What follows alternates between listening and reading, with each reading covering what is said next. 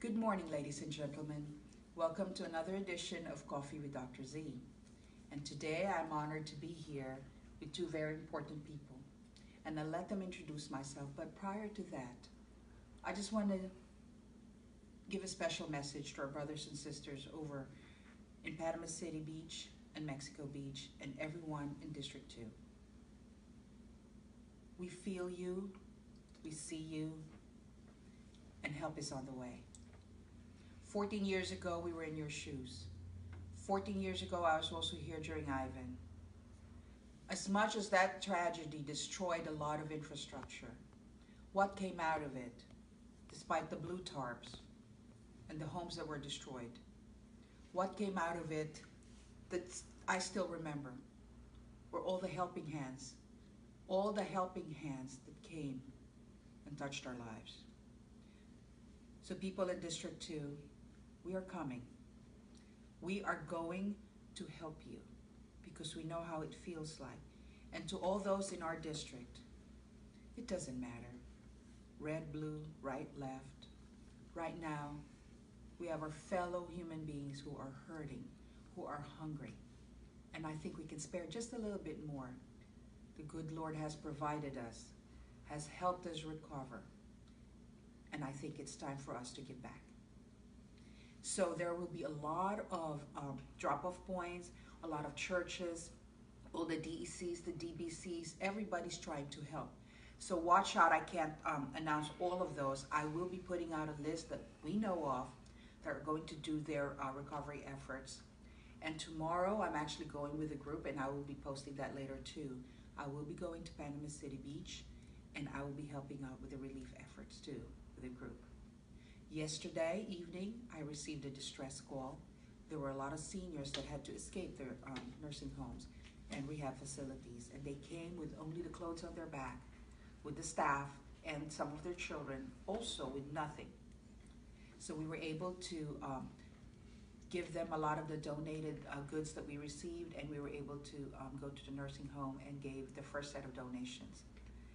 If you would like to help, please look around you and look at our posts later on.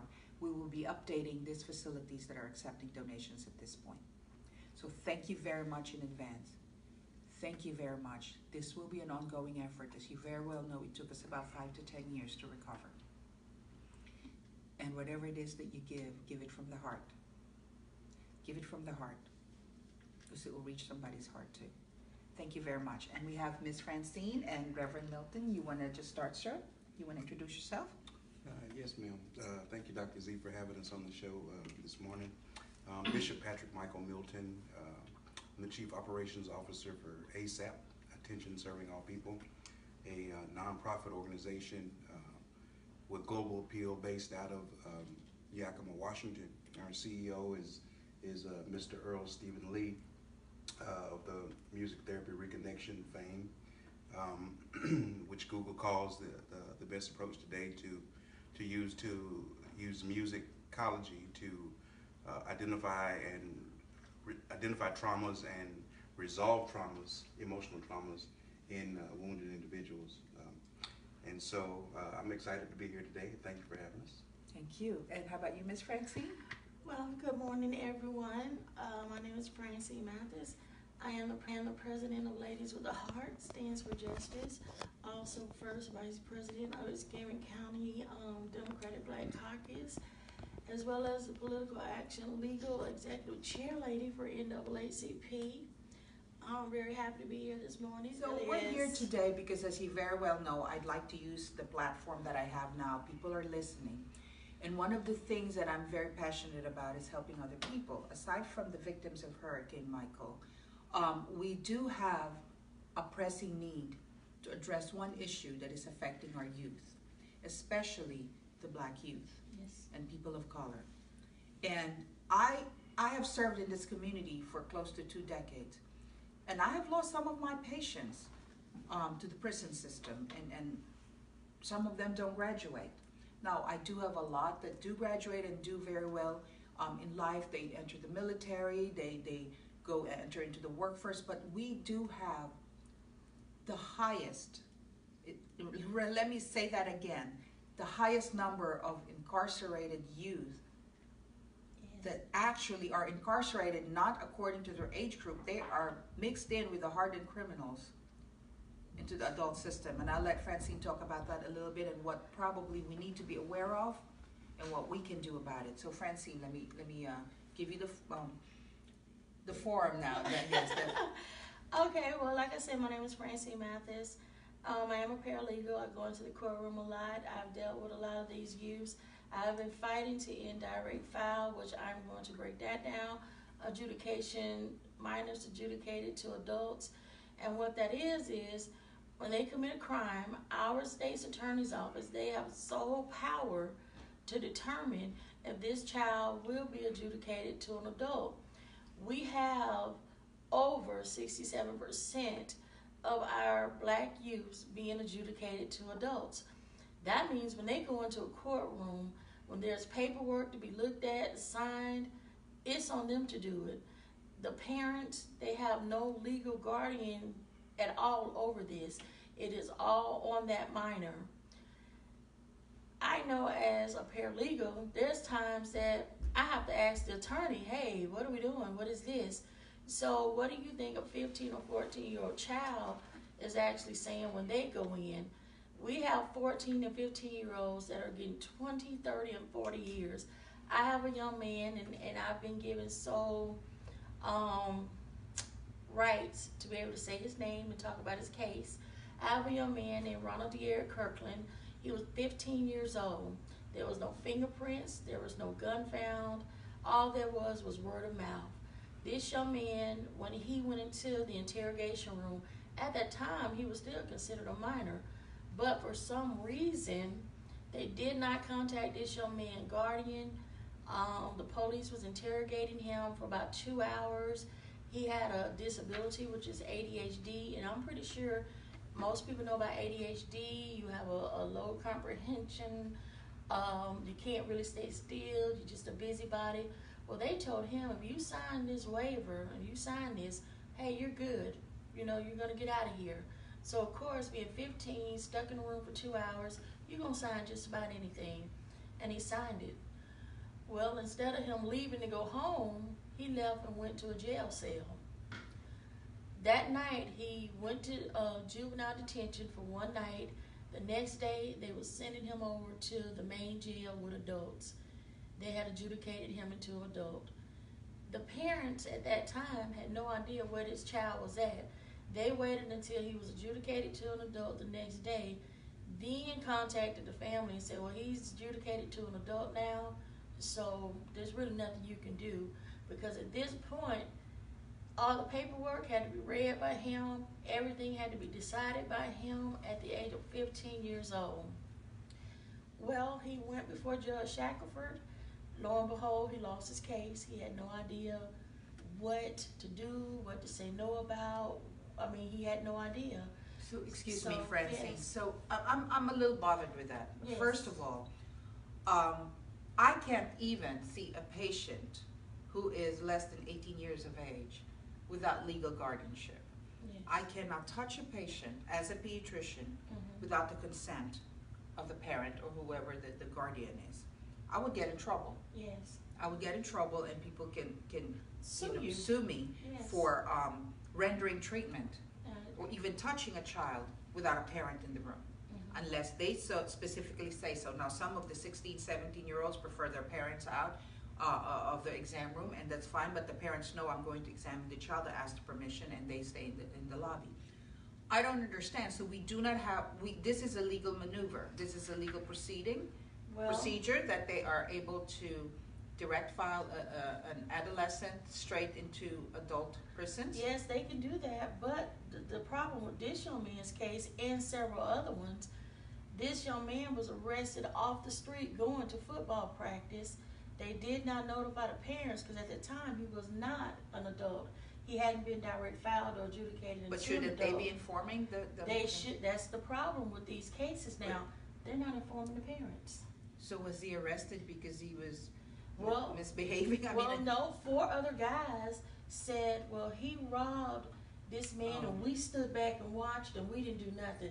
what's the chances of that happening? Mhm. But anyway, because everyone threw it on him, He was thrown under the he bus. was thrown under the bus, and because, you know, they didn't really look at his background and see that, you know, his grandmother was his legal guardian. She was raising 4 or 5 other grandchildren. She was working 2 jobs, as we all know that happens. That seems to be the story The of a lot of story, even that's my right. patients and this youth that are in trouble right now. Well, what really bothers me is I saw a statistic, and correct me if I'm wrong, that it costs us more to incarcerate a young person, about $75,000 a year. If I may be coding it That's right or federal. wrong, but a federal statistic that I saw. Mm-hmm. But you can get a college education for about $30,000 a year. And if you go to one of the community colleges, it would be even less. So, as a person who has common sense, It doesn't make sense. it doesn't make sense. Mm-mm. Because I would rather pay my taxes to make sure Yes. that someone stays out of trouble and gets educated. Yeah. Because that person will pay back into society in terms of productivity. Yes. Also, I see a lot of single moms. I see a lot of children with no fathers, In prison. and because they're in prison. That's it. And I'm also, because I'm a woman of science, I always go to the root cause analysis. Let's analyze it. And these things, you know, I have to admit, I was one of those that in the beginning, you know, because it didn't affect me, And I kind of like poo-pooed it. Yeah. I couldn't believe the statistics. But I have a lot of people say that, Dr. Yes. Z, but that's not true, because guess what they're coming back to? They come back to our community. They're going to come back That's into right. the community. In fact, when I started talking to people, what really bothered me is when I started to learn about the statistics. And they said, well, they're just lazy. No. They're out in the streets, and they're probably committing the same crimes over and over again because we told them they're worthless. Because we told them, you made a mistake, you ain't getting no second chances. Which, by the way, I would like to make sure everyone knows, that is why Amendment 4 in this election is extremely important. Please, Yes. you may think, oh, they've committed a crime, they don't deserve a second chance. Absolutely not. By being able to vote, they have a say. They have that freedom, once again, to be able to choose the elected officials that can change all these rules that are stacked up against them. Yes. And here's another thing, Francine, you know, I don't know if people are aware, and I don't know if you were aware. I chose this year, on my 54th birthday, I'm that old, but on I'm 46. on my 54th birthday, instead of getting all this big celebration, whatever that people wanted to give me, I said, no, this will be different. Because I want to understand what's going on in our society. I actually went to the Legacy Museum. Mm-hmm. I encourage everyone to go. Yes. And maybe one day we can all encourage every school to have a field trip to that museum. What I saw there, and what really hit me, there's a lot of things that will hit you, but what really hit me was the fact that we may not have the shackles and the chains anymore that is equated with slavery, Oh, they got them in but prison. Yeah. the modern day slavery Yes, is it the is. school to prison Prison pipeline pipeline. principle. We have now institutionalized slavery once again, but it just has a different name. Mm-hmm. It just has different faces, but same thing, the other. It's always the other. And so listen, folks, we can go on and on all day long. We are very disturbed by this trend. If we don't do anything to stop this kind of treatment of our fellow brothers and sisters, and I say fellow brothers and sisters, because it's not just men, they do the same thing to the women. If we don't do something about it by electing the right people who actually understand how this system works and doesn't work for the rest of us, we will continue on with the same practices. So if I have to beg you, to get off that couch and fill out that ballot, I am. Because you know what? whatever color you are, whatever station you are in life, we need everyone to be productive in this country. I'm not just talking about people paying taxes. I'm talking about people in our communities who can help us make our communities vibrant again. Because if we have productive citizens, if we have both mothers and fathers being able to work without fear of being incarcerated, without the stigma, then they'll have productive children. Then generation after generation after generation can contribute to this country. That is in essence is what makes this country great. Thank you. I'll put you on the spot, my bad. Well, recently, I mean, one of the things that is in pop culture right now in the news is rapper Kanye West's visit to the White House, and so I try to stay up on these type of things. But one of the things that Kanye West said during his 15 or 20 minute tirade was that, quote, "But we have the 13th Amendment," end quote. And what he was saying was, we have the 13th Amendment that set us free as people of color from the shackles of slavery. And in essence, that's not what the 13th Amendment did at all. The 13th Amendment says that in America, slavery is abolished except for in the instance of felony convictions. And so what's happened is, as you identified it very well, Dr. Z, is the school to prison pipeline, as you call it. It's a real pipeline, as real as the Harriet Tubman Underground Railroad, except they're doing this railroad on the surface, in plain sight, with utter disregard for morality and for really legality. You guys said that it was legal, but it's unlawful. It's an unconstitutional thing that's happening, but it's become so commonplace that it's been accepted, and we have moved the normalcy. Yes, it's ma'am. now the new normal. Right. It is. This They cruelty, moved yeah. the markers of right and wrong. Is They what. just keep on moving the goalpost, and we feel powerless, but we're not. At all. We're not. We have the power. We have the power to vote the right people in. That's right. We have the power to protest. Yes, we do. We have the power to speak out. Yes. We're still a democracy, and that's why I'm so passionate about these things, is because if we don't speak out, we know what happened in history. We have not learned. We have not learned that if enough good people stay silent, guess what's going to happen? The same thing is going to keep continuing, and just like Bishop Milton has said, the 13th Amendment did not set us free. All the 13th Amendment did, it gave them more ideas on how to enslave us at a younger age. Because the younger these children are that's being incarcerated, being enslaved, the more free labor they're getting from these children. So can I say this? Yes. The historicity of what happened, and I'm in the process of writing a book, and it's called Pain, Passion, Prosperity, the Reformation of the American Justice Matrix. And because that's what what they say the justice system is really not a justice system. It's a justice matrix. And if you're not familiar with the term matrix means a system within a system.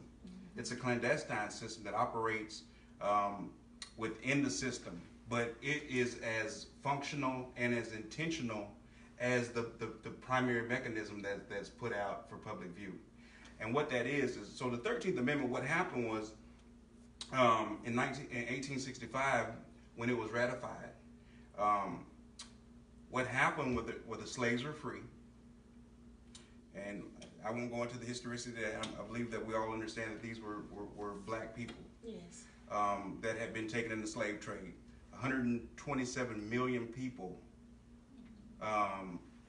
were victimized by the slave trade, and 120 million died en route Yes. to the Americas. Reverend. Moms Demand Action. That's right. another group of mothers who are very, very committed to not to take away your guns, people. Mothers who are determined that we have some common sense legislation just for the safety of our children. That's it. Don't be scared. These mamas just want to make sure the babies are okay. That's right. Just like a mama bear would do. And here's another tidbit about me. I'm also Asian. So not only am I a mama bear, I'm a tiger mom. So beware. Oh, So how about you, mom. Reverend Milton? Yes. I just wanted to give Dr. Zimmerman my formal endorsement. When I first heard you speak, I wanted to say this to you personally and on camera. I was so thoroughly impressed by you, by your knowledge of the multitude of issues in the district that you're running for. And that's not as impressive as the other thing that I want to mention about it. That's very impressive, but you know, it's easy for somebody to be passionate and knowledgeable about subjects that are pertaining to them and their situations. But what impressed me about you the most was your willingness to accept input from people that were more knowledgeable in specific areas than yourself. And that's the sign of real leadership and real genius, is the willingness to entertain and appreciate and to celebrate the talents and the knowledge and the experience of others, you know, and take that multitude of counsel into your decision-making process. And you use that acronym, SOAP. Yes. Would you please, because that was so impressive to me as far as how you identify a problem and how you approach it. Well, soap is like the bath soap, you know, you use it to cleanse your body, which basically is to remove the problem if you can. But once again, this is how most doctors really operate, and anybody who's trained in the field of science. So SOAP, S, subjective. Patient comes into the room, or anybody, a constituent, you tell me what your problems are. You have a backache, you don't feel good, you have a headache. Most people will say, oh, you have a headache, it's probably a sinus problem or a sinus issue, here's an antibiotic. A tummy ache, oh, you have a stomach virus.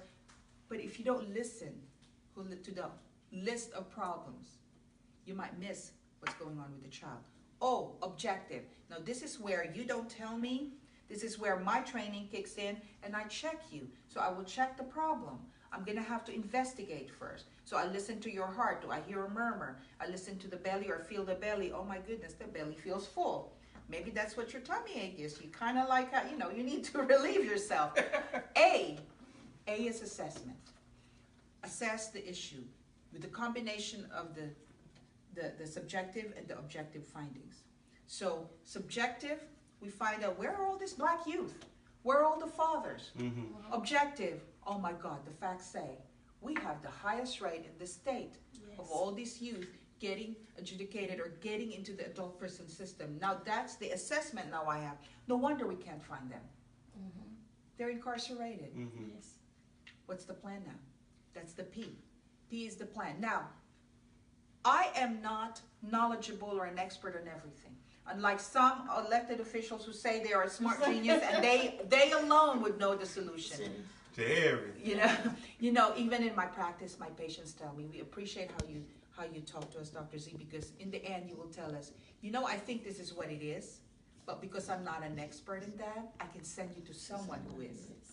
I can tell you we will do these kinds of x-rays just to confirm if that tummy ache is constipation or something else, and if it is, we will give you the solution to that. And if it's something beyond the scope of my practice, I will send you to a specialist. That's how I deal with problems. We know we've identified there is one. It is not my experience, thank God, but I can empathize and listen to people who do live it every day. And that, I think, is what's lacking in our society right now.